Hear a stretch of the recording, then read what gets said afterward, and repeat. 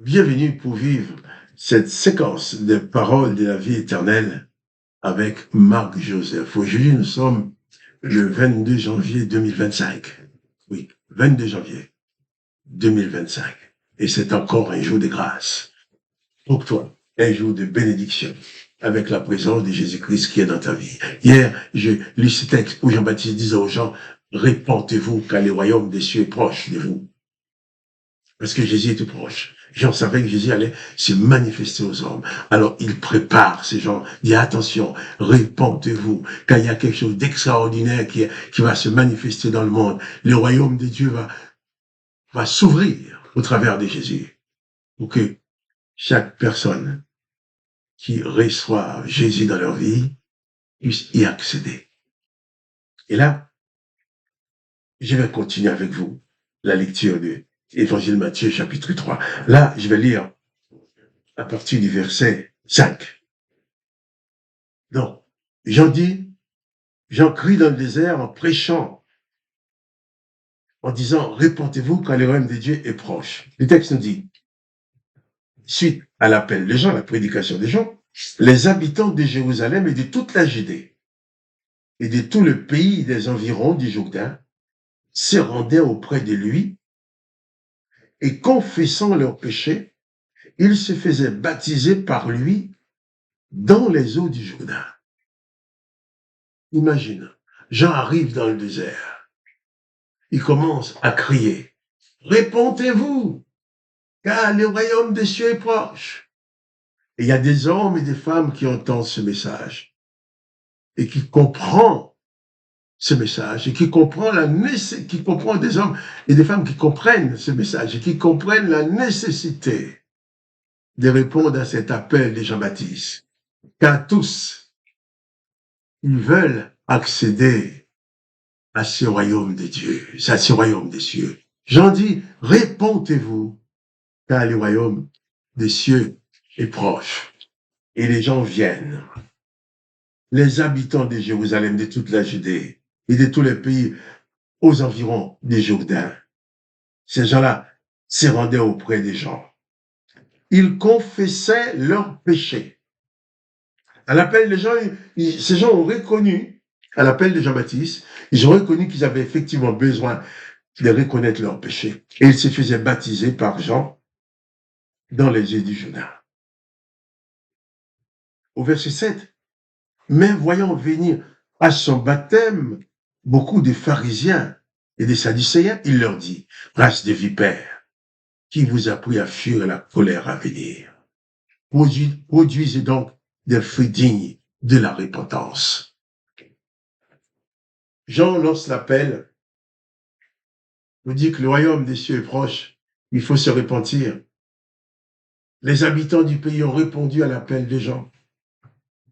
Et parmi la foule sont venus aussi des religieux, des gens qui dominaient sur le peuple, des gens qui proclamaient leur enseignement. Jean voit venir à lui beaucoup de gens qui confessent leurs péchés et qui se font baptiser par Jean.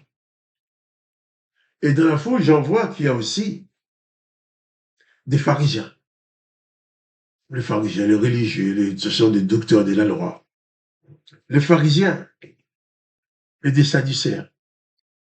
Les docteurs de la loi, les chefs religieux. Alors, il dit, mais ces gens-là viennent aussi. Parce qu'ils veulent aussi être sauvés. Et Jésus n'allait pas les repousser. Jean-Baptiste ne les a pas repoussés.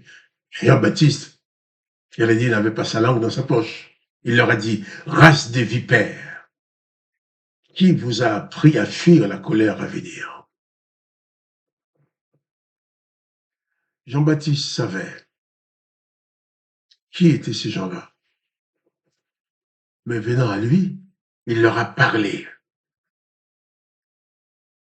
Il savait que ces gens-là comprenaient qu'en venant se faire baptiser, en confessant leurs péchés comme les autres, et se faire baptiser, ils veulent fuir la malédiction. Ils voulaient sortir de toutes les malédictions que l'Éternel des armées avait mises sur l'humanité. Dont les deux principales malédictions, c'est d'abord, je détruirai l'homme, j'exterminerai l'homme que j'ai créé, Ensuite, empêchons-les de vivre éternellement. Ils savaient bien que cette malédiction, cette interdiction de vivre éternellement était sur eux. Alors, Jean-Baptiste va lui dire, non seulement moi je suis d'accord pour vous baptiser, mais produisez donc des fruits dignes de la repentance. Il ne faut pas venir vous repentir pour être baptisé et puis aller continuer les mêmes œuvres d'avant. Et je crois, ces conseils de Jean-Baptiste n'étaient pas valables uniquement pour les pharisiens et les sadducéens, les autres personnes qui l'entendaient aussi. Parce qu'il ne s'agit pas de dire, bon, bien, comme je veux être sauvé, je veux accéder au royaume des cieux, alors je vais me repentir, je vais être baptisé, mais après, je vais recommencer la même chose. Non. La repentance suppose un changement. La repentance, c'est comme quelqu'un qui fait demi-tour. Je vais imaginer quelqu'un qui se dirige vers le nord, et dès qu'il découvre que c'est pas son vrai chemin, en réalité, il ne devrait pas aller vers le nord, il doit aller vers le sud. Qu'est-ce qu'il fait? Eh bien, il se répand. Il change de direction, il fait demi-tour. Je pense à tout ça a dû nous arriver quelquefois d'aller quelque part et puis de découvrir qu'on avait pris la mauvaise direction. Jean-Baptiste veut dire à ces gens-là, vous qui êtes venus pour être baptisés, je vais vous baptiser. Mais après, il ne faut pas continuer à vivre exactement comme vous viviez avant. Le baptême de la repentance. Le baptême aussi que nous lirons tout à l'heure et notre jour, qui va signifier l'engagement avec Jésus-Christ. Ce baptême, ce n'était pas une simple cérémonie religieuse. Une simple cérémonie religieuse, c'était une prise de conscience et un engagement. Et même Jésus a dit qu'il faut être baptisé. Jésus aussi a baptisé ses disciples. Les disciples de Jésus ont baptisé aussi. Mais Jean dit à ces gens-là, produisez donc des fruits dignes de la repentance. Si toi qui es chrétien, tu crois en Jésus-Christ, tu as été baptisé, le baptême, ce n'est pas une simple cérémonie de moments. Le baptême, c'est un engagement. C'est que tu t'engages à produire des fruits dignes du baptême que tu as reçu. Tu t'engages à vivre une vie nouvelle, à ne plus recommencer les mêmes péchés que tu as commencé, que tu as confessé au moment d'être baptisé. Jean-Baptiste leur dit, produisez donc des fruits dignes de la repentance. Ne prétendez pas dire en vous-même, nous avons Abraham pour père, car je vous déclare que de cette pierre-ci, Dieu peut susciter des enfants à Abraham.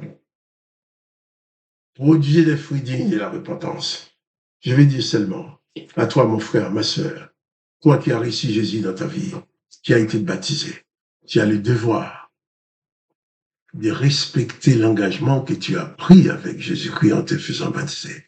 De respecter cet engagement, de produire des fruits dignes de ce baptême, de vivre une vie nouvelle, de ne plus reproduire les mêmes erreurs d'avant. Car le baptême signifie un changement de vie. C'est comme si, en étant plongé dans l'eau, tu es mort à cette vie-là, tu sors de l'eau, tu es ressuscité pour une vie nouvelle. Produisez donc des fruits dignes de la repentance. Et je dis à toi et à moi aussi, produisons des fruits dignes de la repentance. Vivons une vie nouvelle. Ne retournons pas dans les mêmes péchés que nous avions commis avant. Si tu t'engages avec Jésus-Christ par le baptême, c'est que tu t'engages pour une vie nouvelle.